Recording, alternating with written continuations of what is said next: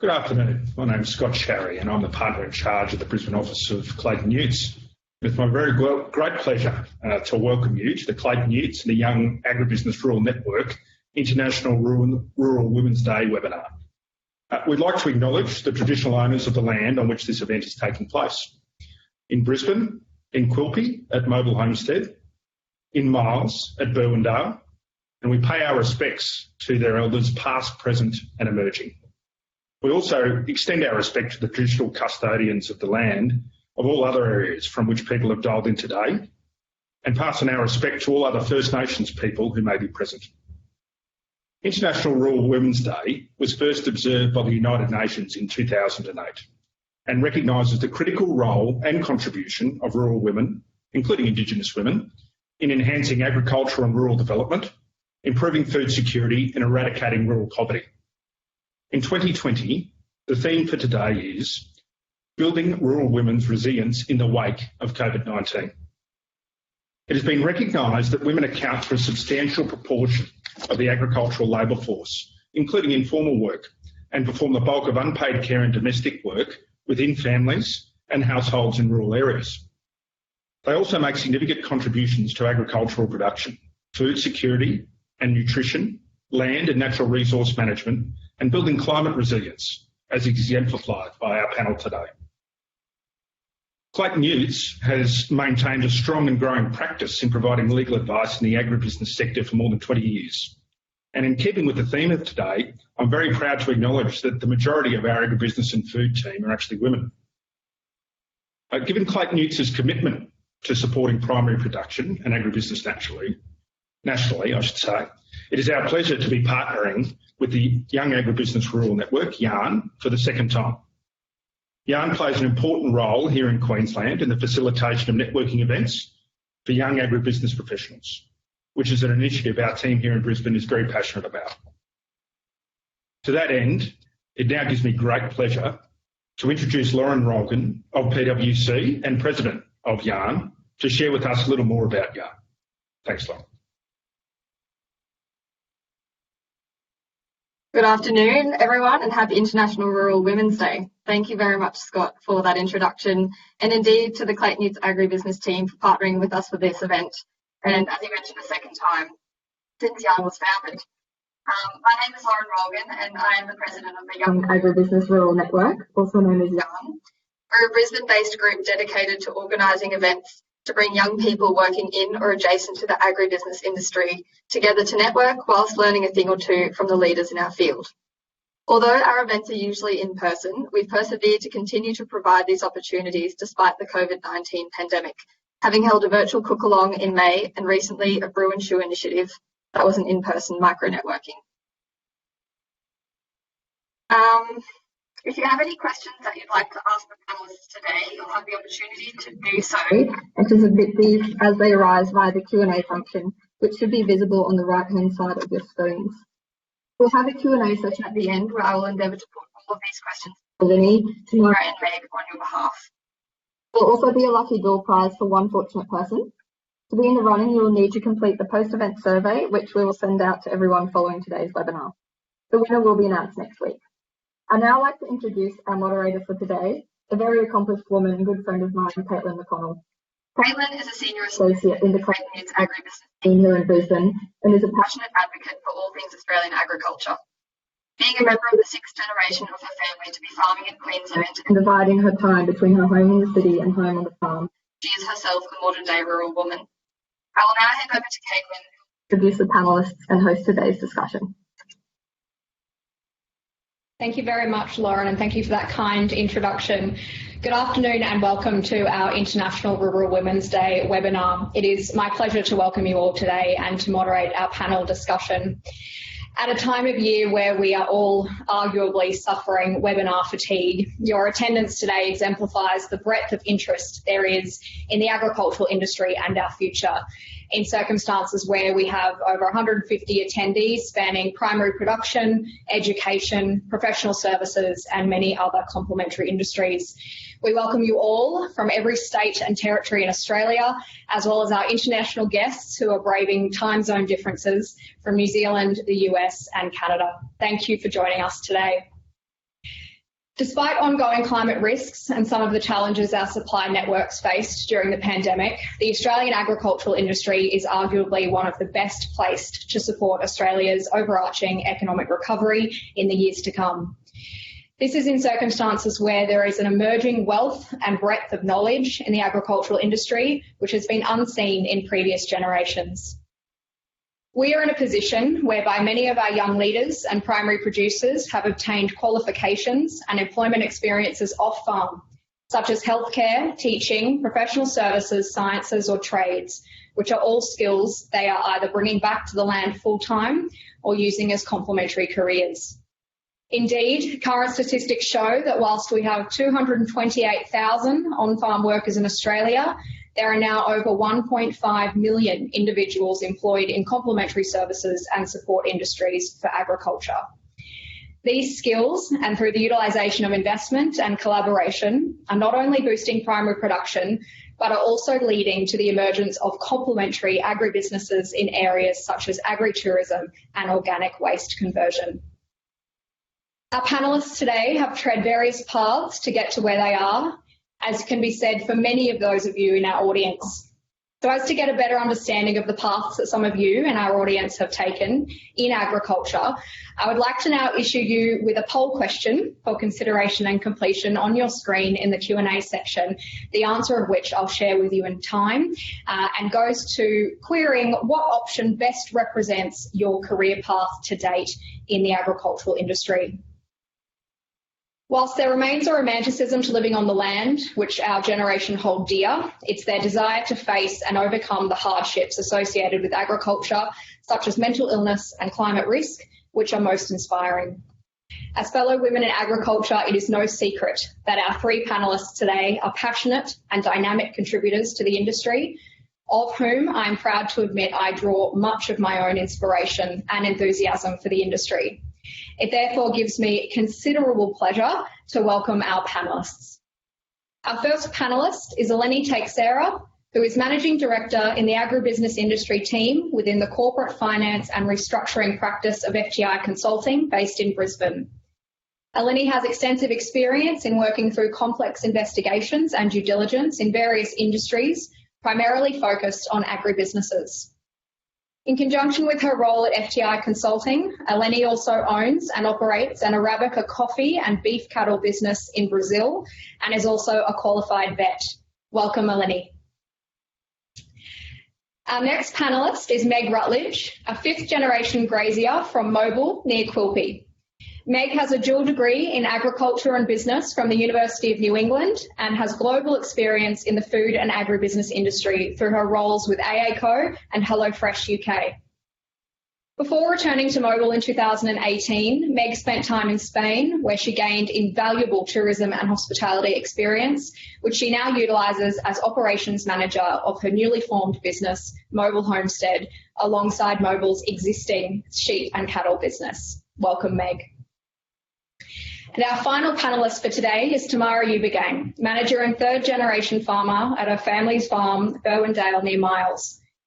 Tamara studied at Marcus Oldham, is a qualified nurse, and prior to returning to her family property, spent a number of years working as an emergency department nurse in London. Tamara is also on the board of management for the Marilla Community Centre, is an independent director on the Grains Research Foundation, and is a Nuffield Australia 2019 scholar. Welcome, Tamara. Now, in reading their personal biographies, it is clearly no surprise that Eleni, Meg and Tamara each have numerous roles and responsibilities over and above just one full-time job. I'm hesitant to use the word trend in circumstances where multiple professional obligations, either by choice or necessity, has become the norm for many in the agricultural industry to date. So let's hear from our panellists. Meg, as operations manager at Mobile, you're responsible for sheep and wool and beef production with your parents and have recently ventured into agritourism. Can you share with us a bit about your role at Mobile? Sure, Caitlin. Thank you very much for having me. So, as you mentioned, I'm based at Mobile, which is 1,000 kilometres west of Brisbane, just outside of Quilpie. We're on a 120,000 acre sheep and cattle property, which has been in my family since 1914. So currently I manage the pastoral side of the business, and as you also mentioned, I've started an agritourism venture, which has required a lot of support and input also from my parents. Due to several years of drought and running fewer stock numbers, we had capacity to take on more work. So I started Mobile Homestead. So my day-to-day job is very varied, which is great. I'm very lucky that I had the opportunity to be able to work for myself. So I guess in a nutshell, over winter we focus on our agritourism. We block out months during the year to have time to run our pastoral operations, so shearing, lamb marking or branding. And we found that agritourism is a really great fit for us. It's super flexible. We're able to do as much or as little as we like to fit in with our existing programs. More recently, we have diversified our agritourism business to include experiences and our product offering, which has sort of diversified our roles again within that. But yeah, it's a really great place to be. Diversification has certainly been key to a number of primary production operations to date. Meg, thank you for that. Eleni, you have 2 full-time jobs in the agricultural industry that span 2 countries. Can you share with us a little bit about your role at FTI Consulting and a little bit about your role and responsibilities in owning and operating an Arabica coffee production in Brazil? Oh, hi, Kendall. Hi, everyone. Thanks for that. So it's great to be here and sharing a little bit about my experience. So yes, it's true. It's 2 full-time jobs, quite interesting juggling between both and different, like 13 hours difference in time zone too. So just a bit of my job in FTI. So I work with food and agribusiness related businesses, predominantly in Australia, but we do have clients and projects around the globe as well. So our involvement in the sector, it consists of like helping businesses with the goals, whether the goals is diversifying their portfolio, which you were just mentioning before, succession planning, merging, selling, or restructuring. And but as you can appreciate, food and ag is quite broad, right? So our experience would vary all across the supply chain, from an upstream perspective at farm gate level and a downstream perspective at processing consumer level. So I guess with FTI, not just myself, but the broader team, we tend to be quite hands-on with our projects, which means that we actually travel a lot. Not at the moment, because no one is traveling, so used to. I always say, like, if you have a Christmas present from Qantas on an annual basis, it means you sleep more on a plane than you're on bed, which is not necessarily a good thing. But due to COVID, travel has stopped, so especially overseas. But having said that, the workload hasn't changed, and the complexities that we have to deal with also hasn't changed. So not just us, but everyone had to adapt to those, to the fact that you can't actually be present in certain locations, you can't be present with clients. So this actually is the same situation with our business in Brazil. So my involvement in Brazil in a business, as you mentioned before, so I own and operate a coffee and cattle farm with my sister, but I would say we're lucky enough that we restructured the business 9 years ago to fit absentee owners. So we have implemented all those, tools for us to be able to manage a file. So I guess this year with COVID, it's interesting because it was the first year since 1992 I haven't been in the harvest, and but it went, it went okay as harvest goes, and I'm sure a lot of attendees in there knows what I'm talking about, that you always have something happen during harvest. But it went fine without any major issues. We adapted with COVID restrictions, etc. But yeah, so technology, I guess, has helped make that happen. Yeah, I think some of the most interesting discussions I've had with you today, Eleni, is obviously your utilisation of technology, and certainly running and operating a private production business from another country, you've had to jump on the technology bandwagon a lot sooner than others necessarily would. So it's been fascinating to learn about that from you. Tamara, just like Meg and Eleni, you also wear many hats. Can you share with us a little bit about your role at home and why, on top of a commitment to broadacre cropping, you've taken on a directorship role and continue to work as a nurse in Miles? Oh, Tam, you're on mute. Here we go. Sorry. Now you're off. No, wait. No, you're still on mute, Tam. Okay, now you're off. Sorry, start again. Okay. I'm so glad it was me who had the first tech glitch. Am I on now? You are on now. Right. Okay.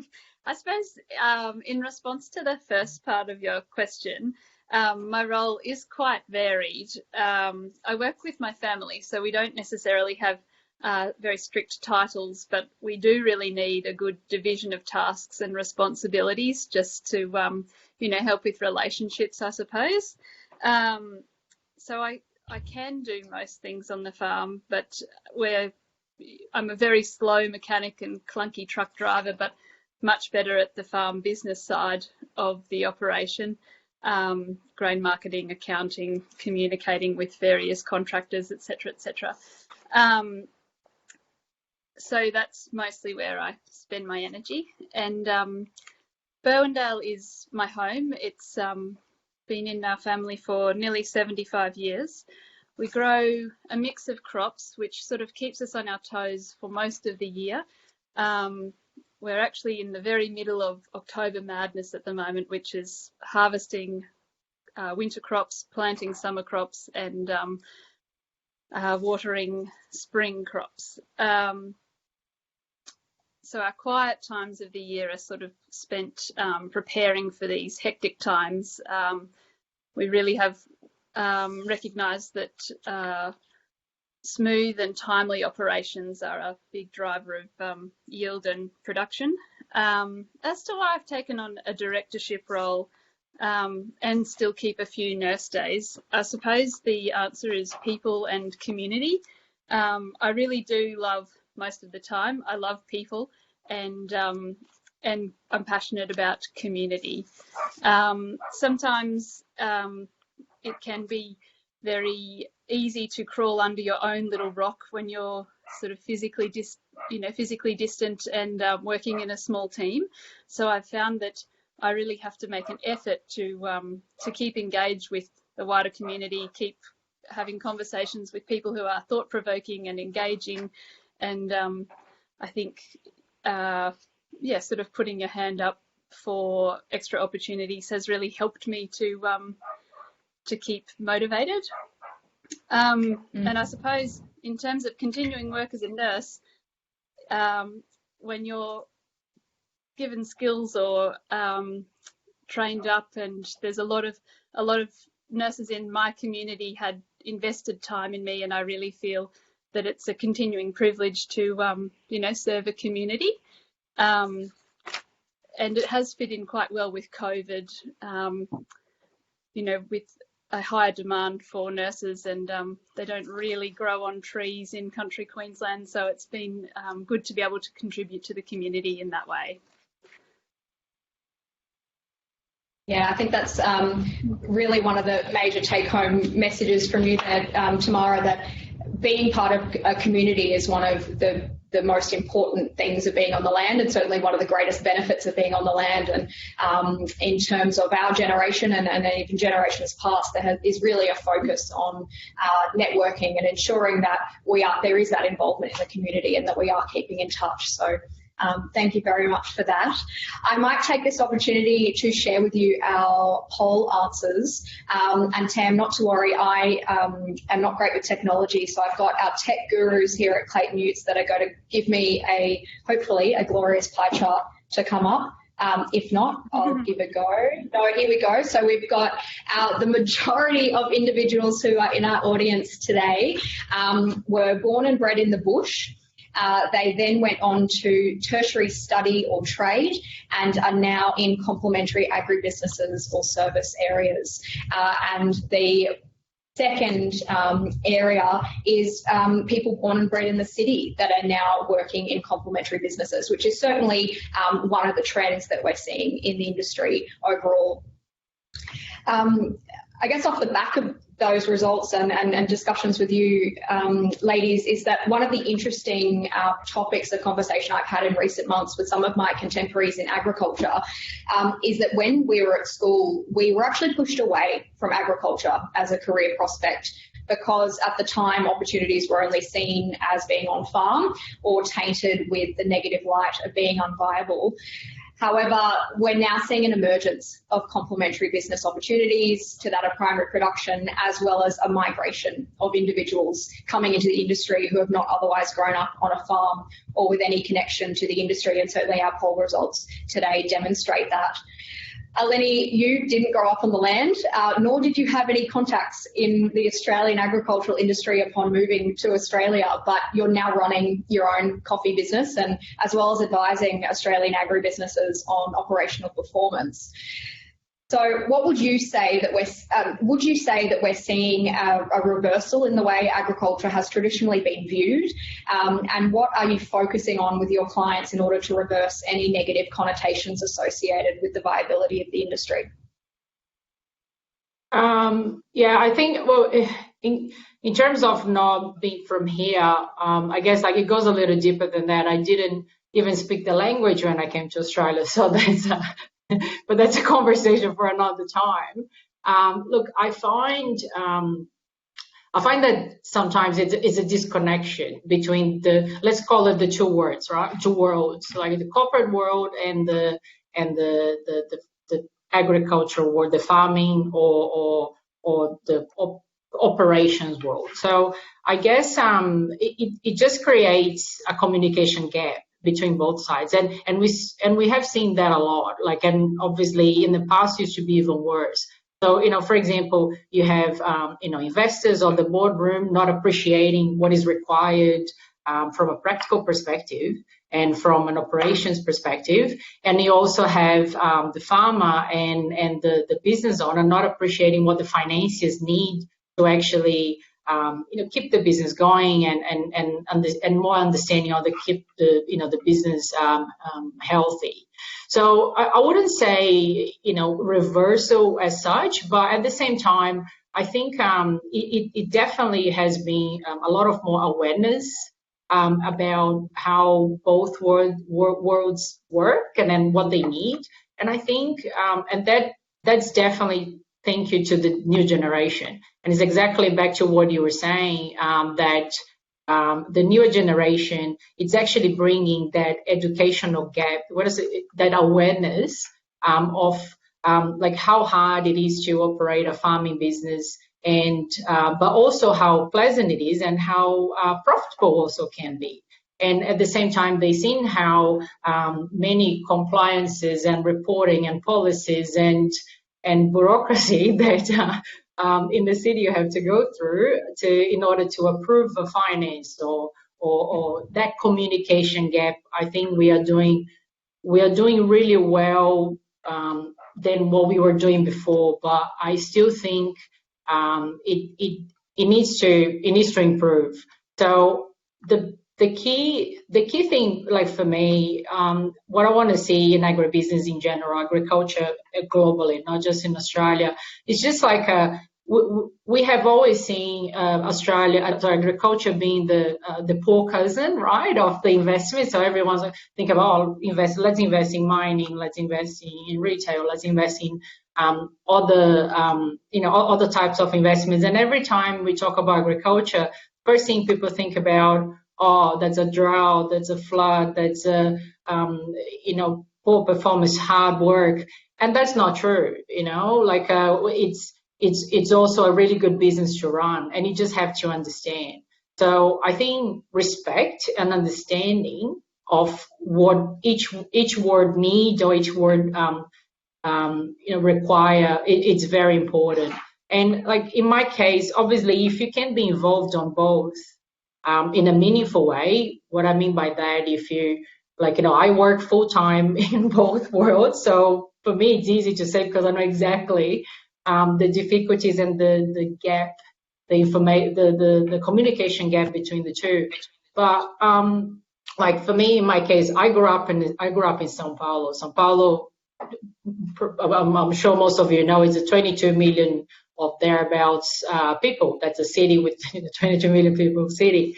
And I guess, but I was very fortunate enough that my father decided to invest in agriculture when I was young. So my dad wasn't a farmer. He was, an accountant and a lawyer. So everything was about numbers and policies. So again, don't know if I say fortunate enough, but in my teens, instead of, talking about, how did you go to school, etc., he used to just, I was listening to him teaching me how the importance of commodity price and cash flow. And I'm not joking, this is legit, like as a teenager. But at the same time in the farm, I was learning how to castrate a steer and with our livestock manager, and I was driving tractors during the harvest.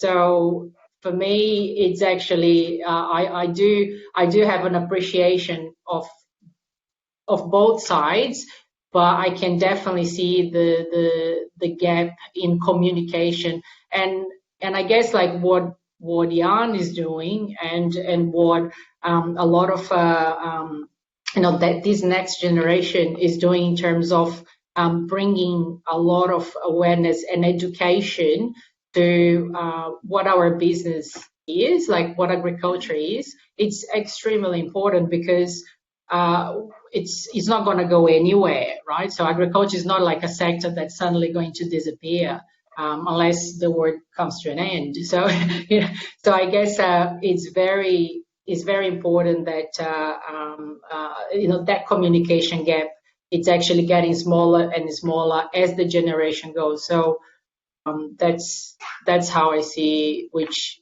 we should definitely concentrate on and just stop the bad reputation because of literally lack of awareness and lack of understanding of what the business are.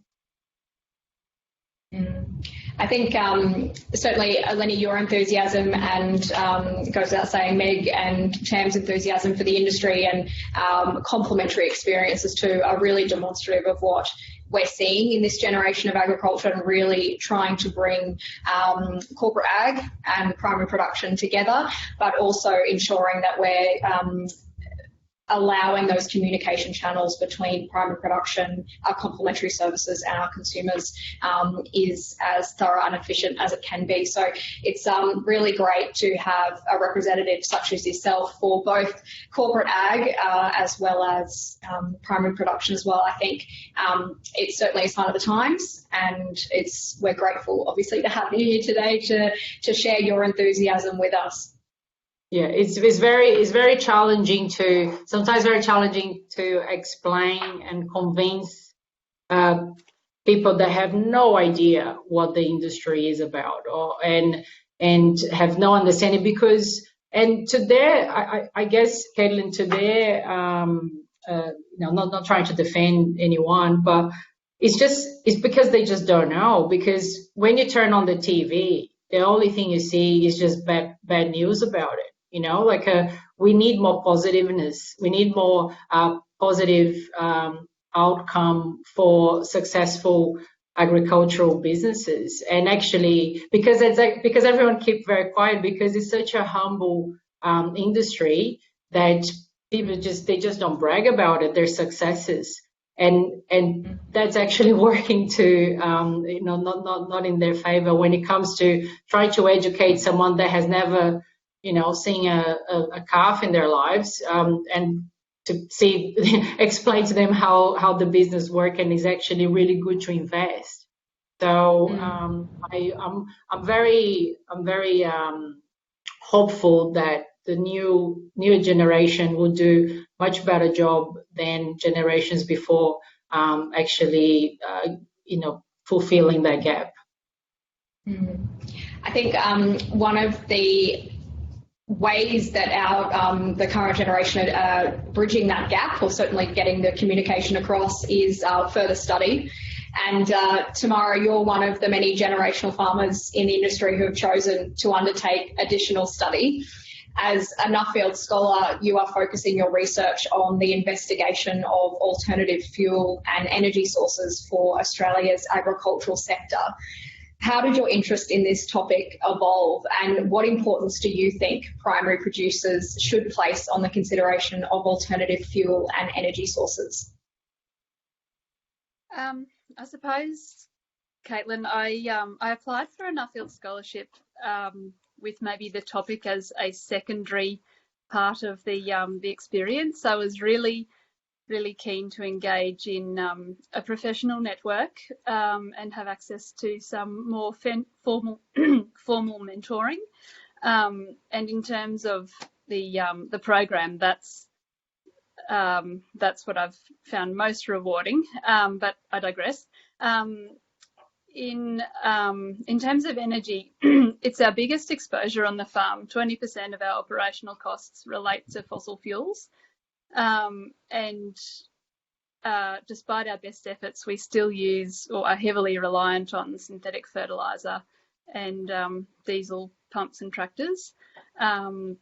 We believe as efficient as we can be for the circumstance, but I really saw that, as everybody would see at the time, we just rolled Malcolm Turnbull over energy policy, and I thought this is moving so quickly. I'd better learn a bit more about it, particularly because as consumers or the wider public call farmers to account, very quickly we will be changing from a carrot approach to it becoming maybe a stick, and obviously.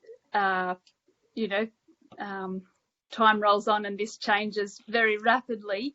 And through my research, I really was prompted to think, what does the consumer want, and actually then connect with our consumer. And being a cotton grower, our consumer is a very, very long way from the farm gate. So I suppose what I found is that the consumer does want a low energy fibre and a transparent fibre. There is definitely a calling for a more conscious and accountable cotton, but getting it to the consumer is quite difficult with relying on overseas supply chains and the present sort of situation of blending cotton. It does work, but it doesn't necessarily serve the niche market of consumers. Something else I learnt about was the concept of the circular economy, which for people who are engaged in something like a webinar like this, it might not be a word that a lot of people would probably have heard of it, but again, probably back out in a place that's sometimes physically isolated. It is a newish concept. The value that waste can have, and the opportunities that we have to be reusing some of our whatever leaves the farm should be accounted for in some way and returned to the farm. So for us, that's things like manure or cotton trash. There are certainly ways to keep, to close that energy loop on farms. I suppose the best part about my Nuffield research was connecting with the parts of the fashion industry further on down the line, and just having a different appreciation for their challenges and expectations. I think in terms of alternative fuel, at a an everyday farmer level, it's something that we need to keep engaged with, but maybe not chase every new thing that comes about. I think certainly the system, the transition to renewables is coming, but I suppose we can't hurry. We just need to, keep engaged and keep reviewing opportunities as they arise. Something I was quite envious of is the Brazilian farmers' 30% mandate for ethanol. That's something that, as a grain grower, was quite attractive to me, but I know wouldn't suit the rest of the industry, particularly my neighbours who run feedlots. And I think, sometimes we will need legislation to to change markets, but I also think that that's a very tricky path to tread.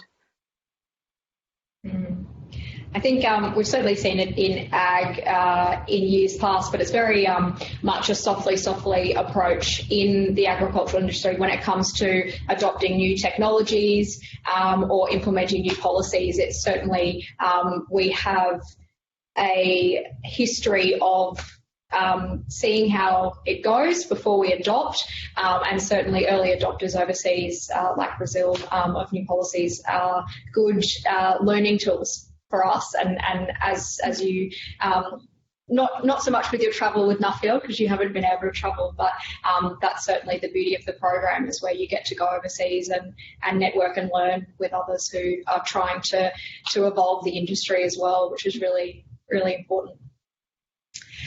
Maggie, in the past few years, we've seen an emergence of online campaigns championing the wider public to buy from the bush or stay in the bush. Indeed, it is those complementary careers of agritourism, catering or online shopping boutiques which have helped many families in rural and regional Australia to supplement income. As a generational grazier, can you tell us a little more about how agritourism is a value add to your primary production business at Mobil, and what, if anything, you consider that agritourism could add to the agricultural sector long term? Certainly, we have seen a large surge in goodwill from people who live in more urban communities who want to come out and support their country cousins or learn a little bit more about what happens, in the bush. So that's been a really wonderful opportunity for us. Our additional income, in terms of how agritourism can add to the agricultural sector, just in terms of our local community, our additional income flows on to create employment opportunities, increased expenditure in local businesses, either directly from us or indirectly through us promoting the region and welcoming more guests. We also find that we've strengthened our community ties by encouraging collaboration with other businesses in our area rather than sort of direct competition. In terms of as an add-on value to our primary production operation, it really was a low startup investment. We could utilise our existing infrastructure here at the homestead with little additional costs, which helps us pay for ongoing maintenance, which otherwise might be overlooked.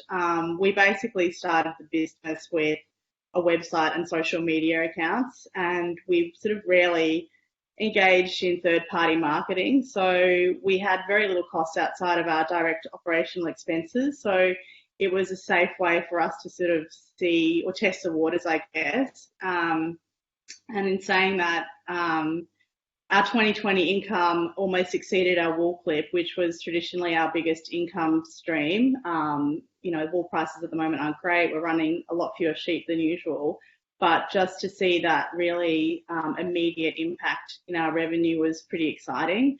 The additional income's not dependent on seasonal variations, which would be impacting our primary production. So we do think it's just nice to have that addition to the bottom line that's a bit more predictable.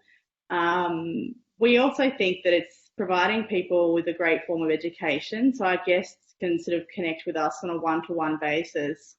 and learn a little bit more about what goes on out here, and they can really see for themselves how great our lifestyle is.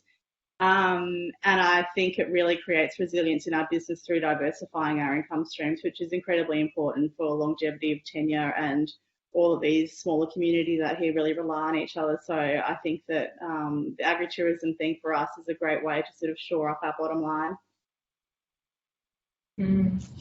Absolutely. And I think, as you say, not only the diversification, but I think what we're seeing as an industry generally in terms of agritourism and those complementary businesses is that it is helping to communicate with our consumers what it is we're doing in terms of primary production. And social media has certainly been an incredible tool to help us do that directly to consumers. But then to have the experience to go out west and actually see it on farm and to talk directly to producers in and at their home. I mean, that's a communication and an education in itself that is second to none. So it's really fantastic to see you doing that out at Mobile, Maggie. Now, in recent years, I've spent a little bit of time indulging in Australian bush poetry, as I'm sure many of the other girls have as well. And I think it's safe to say that in recent years, never has Australia so embodied Dorothea Mackellar's iconic lament, "My Country," as it has in the past few years. Just as Mackellar penned, it's been a sunburnt country of droughts and flooding rains, depending where we are, and we've seen cattle die for flood and fire and famine, unfortunately. Whilst in recent months we have seen record cattle prices across the country, and we're starting to see a few bumper harvests in some locations as well, which somewhat overturn Mackellar's lament, the agricultural industry has nonetheless had to endure the effects of the coronavirus pandemic, and we're now facing the current recession. So to you, Tamara, what challenges have the broadacre cropping sector faced throughout the pandemic, and do you think there are opportunities that could be harnessed during the recessional wave? I also love my country, but managing variability, it really is, you know, as a dryland farmer, it really is our specialty. So the uncertainty of corona was really, I think a lot of farmers would agree with me, was really just another day at work. And I think knowing what you can and can't control, and then putting what you can't control in a different bucket, it's a skill that that really can preserve your mental health. So luckily we're quite practiced at that. And we were also very lucky that, you know, our loved ones were healthy and safe, so we could really just sit back and enjoy the solitude. Apart from a few sort of supply chain hiccups, it seems that glyphosate is the farmer's equivalent to toilet paper. We were really unscathed. In saying that, I really do appreciate how lucky we were. And I would still, you know, I really feel for anybody in horticulture who's really, you know, looking at their crops and wondering where their labour, you know, how they will solve that ongoing problem. I think the other positive about the pandemic is bridging that ever worrisome gap between urban and rural communities. I was listening to the Shameless podcast, which is from two girls in inner city Melbourne, and they were commenting that as they waited out the lockdown in Melbourne, with no, you know, hope of a release on the horizon, they really started to empathise with farmers in Australia who were waiting for rain. They said they'd never experienced anything like that, you know, not knowing when their situation was going to change, but it really made them think about regional Australians. And I thought, yeah, anything that that causes two people who would, you know, ordinarily not live outside of the ring road to cast a thought to regional Australia has to be a positive.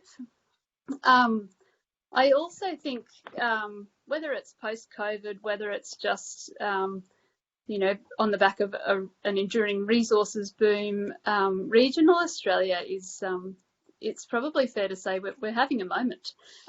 More people than, you know, historic numbers of people are moving to the regions, whether that is since they've worked out they can work from home, So if you can work from home, then maybe why not live somewhere that you love? I don't know how many of the veggie patches have failed, but surely a couple of them, have really thrived, and people might have a new enthusiasm to, continue with that sort of self-sufficiency, space, slower, more connected lifestyle. I really do. I do think that that in the medium term, the cotton market will take a bit of a hit. Just considering, how many new clothes people have been buying over the pandemic. That's not many, but a positive from this is that now I think people are much more conscious of where their products have come from, and really Australian cotton is sitting in the box seat to capitalise on this. I think throughout Nuffield, I also identified fast fashion and overconsumption as quite unsustainable. And I think COVID has really caused people to look at their lifestyle practices, work out whether we need to take this flight, elsewhere, or whether we really need these new belongings. And so they're making more conscious choices and maybe more deeper investments into pieces that they really love. And so with the technology that's available to verify supply chains, and then, truly support local industry, I think that's a huge opportunity. I suppose a conversation about local manufacturing is too long for this webinar, but I really do see that, a revival of local manufacturing as an opportunity. And I think even in the federal budget, they've identified the regions and local manufacturing as a great opportunity. So a few discussions I've had recently is really a lot of primary producers, and certainly a lot of our national farming organisations are really pushing for a push to regionalisation, where it'll the supply chain, but also, like how you said, agriculture is having a moment, and it is, and it's wonderful to see. So what I think the beauty of this, I guess the silver lining of the pandemic is really an opportunity for us in the industry to harness the moment and encourage others to either come into primary production, come into the regions, and really have a voice in terms of mapping out how that might look from a policy perspective as well. And Maggie, certainly a silver lining for the pandemic for rural agritourism businesses is that no one is allowed to leave the country, so to speak. So I guess, so how has the pandemic affected or influenced your management and investment decisions at Mobil in respect of not only grazing, but more particularly the agritourism arm of the business? Sure. Similarly to what Tamara was saying, it's affected our commodity market. So in our case, wool. It's difficult to know when there'll be an end to the falling wool market. But fortunately, I think we've been incredibly lucky that we live where we live. We've been able to continue running our primary production business pretty much as usual. We managed to shear in May with little disruption to our usual program. Services in our rural community in particular are very well set up for zero contact. So apart from a few food shortages, we have very robust systems for managing in isolation. So we feel really fortunate to have been where we are. In terms of our agritourism, we obviously had to shut at the beginning of the year for 3 months, which was for our sort of second year of operation was a 6-figure loss in income. So a pretty big impact for us.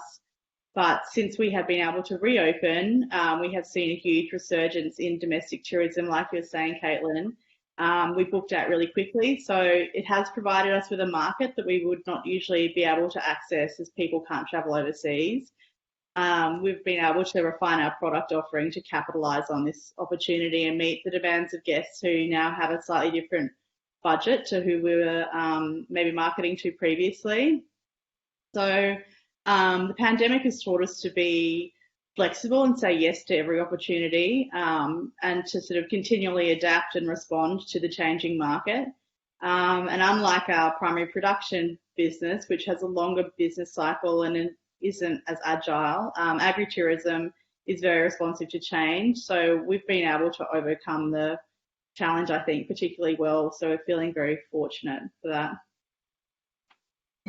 Very exciting times ahead for agritourism. I think very much the linchpin in terms of encouraging the bridging of that communication gap, which we have seen in generations past. Eleni, you as an advisor are in the unique position of exploring the books of many varied agricultural businesses. What are some of the challenges you've seen your clients face during the pandemic, and what operational or policy changes do you think could help agricultural businesses navigate the recession? Yeah, I think going back to what Tamara was saying initially, it's very important to focus for businesses to focus what we can control. So the operational aspect of the business and trying to be as best as you can around that, really understanding, your operations, your cash flow, and how you can, what depends on you to, maximize that. It helps, and definitely helps with your mental health. The thing is, though, we here in Australia, we export close to 70% of our products. So we do, unfortunately, don't depend just on us. We depend on international trade. And that we kind of get out of our control a little bit. And we do rely a lot on policies and diplomacy. And I guess, it's not new to anybody what's been happening over the past few months in relation to, not as strong bilateral relationships that we are having with countries, and that is actually affecting a lot of businesses, including agriculture. So diplomacy is essential. But then it's easy to say, right? I'm sure the government is doing the best they can, but they need to do a bit better because, for example, the issue with the processing shutdown by a couple of, as everyone knows about it, it affected dramatically a lot of businesses, and I saw that firsthand. And I'll tell you what, there are some businesses they won't be able to get out of that because of that particular shutdown. So, and then again, you can do what you can control, but something like that happening can really damage an entire company, and that's a bad thing, right? So diplomacy is essential. Policy, I guess, if we're talking about more at operating level, as we know, technology is very important. Like, that's me again, talk about technology. And it helps everyone to be more efficient in how they operate, whether you're a grazier, whether you're broadacre, or whatever the business you are involved in, that's in any level of the supply chain. Technology is essential.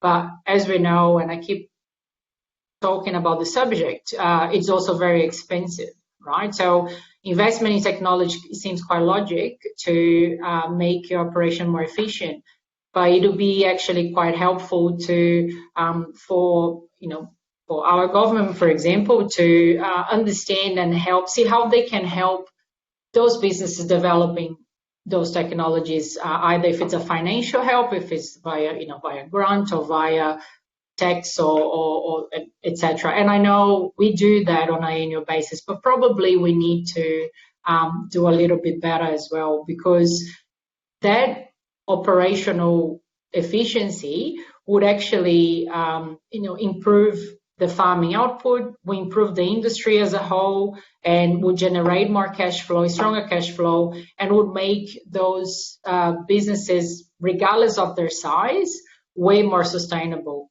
And I guess the key thing is definitely maybe a better and more comprehensive policy around technology improvement for rural businesses, and absolutely a very a good diplomacy and a stronger bilateral relationship, it's absolutely crucial for us when we export most of our product. Absolutely, and I think we are in the unique position now where ag is being seen as an industry that can really help us ride the recessional wave, and I think one of the opportunities that can come out of that is ensuring that primary producers, agricultural complementary services have a seat at the table when it comes to making some of those policy and legislative decisions. Now, thank you very much, ladies. I've probably drilled you enough, so I'm going to hand over to Lauren. Welcome her back on board to facilitate. We have time probably for one or two questions. So, Lauren, I'll hand over to you now. Thanks, Caitlin. Thank you very much to the panel. That was excellent. Really enjoyed that. Just on the back of the COVID-19 point, and in light of the fact that is Mental Health Month, I wanted to ask you all, how important do you think mental health and wellness initiatives are for rural Australia?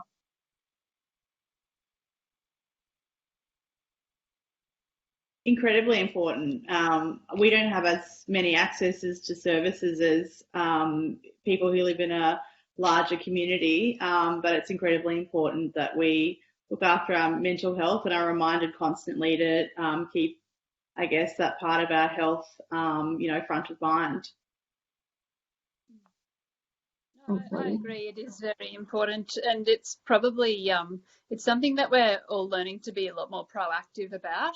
Recognizing that that if you want to be fit, you go to the gym. If you want to have a healthy mind, you need to really work on that and be conscious of it. Yeah. Same thing. Like, I definitely agree with Maggie and Tamara. It's just extremely important, and I guess the whole communication and with COVID-19 has opened up a little bit more as well, and reaching regional and rural Australia for this subject, which is extraordinarily important. And I think we are having more and more awareness of it, and we just have to just keep focusing on it. Okay, thank you. And then we've had a question come through for all three of you, being, what do the panel see as Queensland in the next 3 to 5 years? Sorry, Lauren, it just got cut a little bit. Can you repeat the question, please? No worries. So what do each of you see as being the top 3 risks and opportunities to the industry in regional Queensland in the next 3 to 5 years? The risks and opportunities. La Nina. Yep. When she comes. Yes. Yep. Yeah, definitely. Like climate, that's well known. But it's just so unpredictable, and as we have seen in the past, it can be just devastating overnight.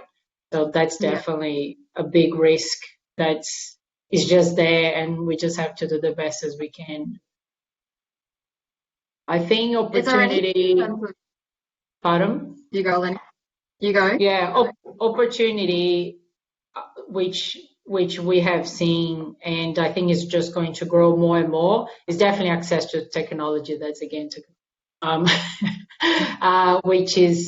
it's just excellent seeing this happening, and I think we're going to be seeing more and more.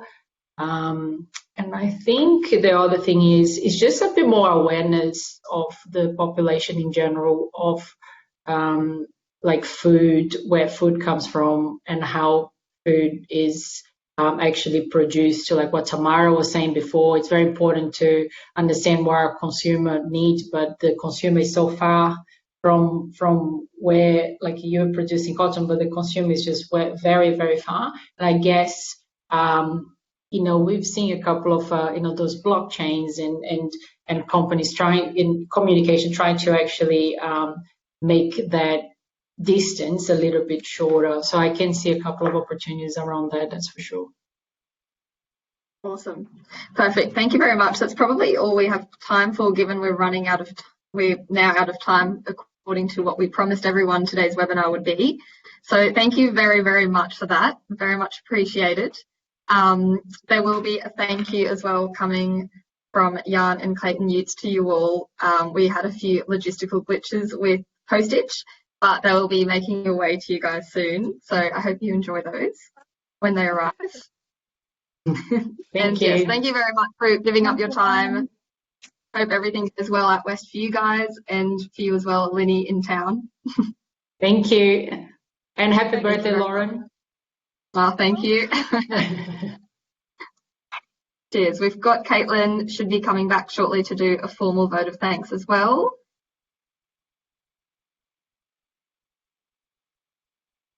I think you're on mute, Caitlin. You're mute. Technological glitch. I told you I wasn't any good at it. Ladies and gentlemen, it's clear from our panel discussion today and from our broad range of attendees that there is no doubt that now is an exciting and dynamic time to be involved in agriculture. It was a pleasure to hear from Eleni and Tamara today, and you've all given us much to think about. Tamara, I think you are still with us. There we go. To Lauren and the YARN team, Clayton Utes remain very proud supporters of your organisation and would like to thank you again for providing us with the opportunity to work with you again today. It's been a pleasure. To our attendees, thank you all again for tuning in. Many of you are the next generation of young Aggies who are propelling the industry forward in ways that we never thought possible.